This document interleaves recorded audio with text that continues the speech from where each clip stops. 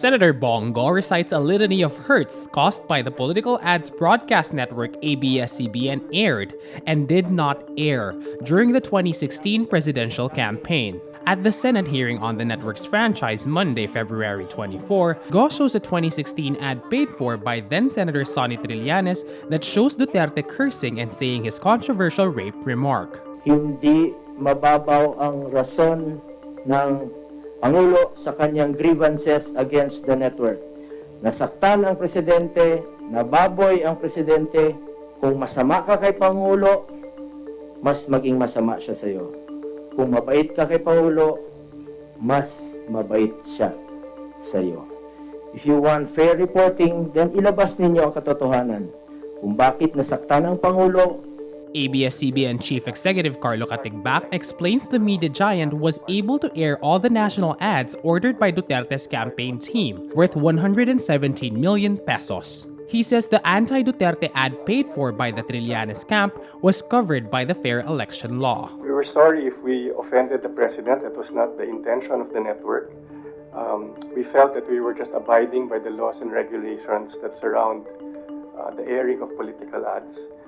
Meantime, Justice Secretary Menardo Guevara says Congress may authorize the National Telecommunications Commission, or NTC, to give ABS-CBN the provisional permit to continue operating after the lapse of its franchise. It is therefore respectfully submitted that the Congress, by concurrent resolution, may authorize the National Telecommunications Commission to issue a provisional authority subject to such terms and conditions as the NTC may deem fit, to ABS-CBN and other entities who are similarly situated. But NTC Commissioner Gamaliel Cordoba says if Congress gives the go signal to a provisional authority, the Commission can withdraw it anytime. House Speaker Alan Peter Cayetano, for his part, says a notice from the House Committee on Legislative Franchises for the NTC to allow ABS-CBN to operate with an expired franchise is more than sufficient. During the hearing, Senator Ralph Recto likens the attempt to shut down ABS-CBN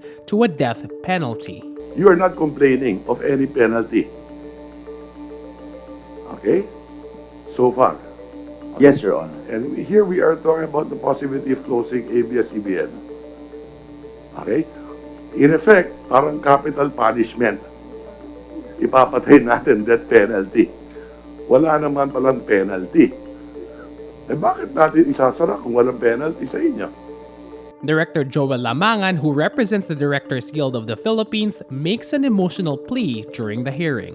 Pag nawala ang napalaking plataforma, sino na ang magkukwento ng istorya natin?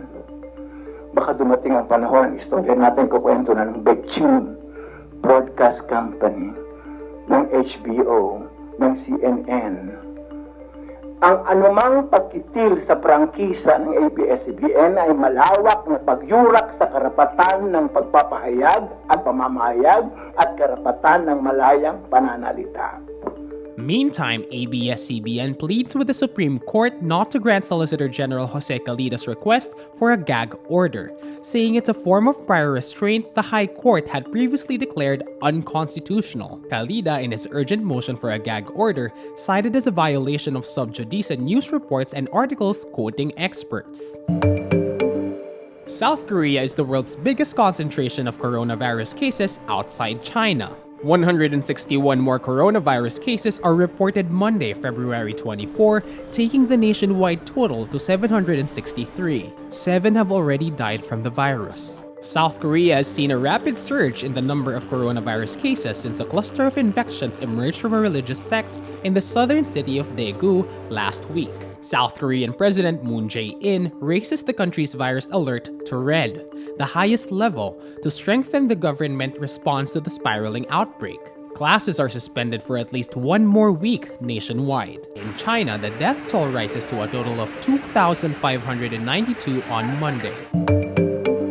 Drug war poster boy Jovi Espenido is cleared of drug links by the Western Visayas Regional Police Office. This is the first step in Espenido's removal from the controversial drug list of President Rodrigo Duterte. Western Visayas Police Chief Rene Pamuspusan says Espenido was cleared because the regional office found no intelligence information implicating him in the drug trade. Duterte's drug list is based on intelligence reports. even unvalidated information collected by policemen from informants. But clearance at the regional level does not mean outright removal from the president's drug list. The regional police office will send its findings to the National Police Command in Camp Crame, where the PNP's top generals will gather their own information about Espenido. If cleared at the national level, the PNP will recommend that Espenido be taken off Duterte's drug list. The president himself vouches for Espenido's credibility. Malaysian Prime Minister Mahathir Mohamad submits his resignation to the king. The shock move follows 24 hours of political drama, which saw an attempt by Mahathir's allies to bring down the government and block the succession of leader-in-waiting Anwar Ibrahim. Anwar and Mahathir have a notoriously stormy relationship, but they reconciled ahead of the 2018 polls, and Mahathir repeatedly promised to hand over power to his former foe. The popularity of Mahathir and Anwar's alliance plummeted over the years after failing to raise living standards and keep its promise to the ethnic Malay Muslim majority. It also lost a string of local polls. Reports say the proposed new government aimed at blocking Anwar would have included Mahathir's party and 2 other groups. Some activists and academics protest, saying in a statement that the people will not agree to or cooperate with any backdoor government. Some call for a snap poll, although politicians appear to be trying to form a new government without holding an election.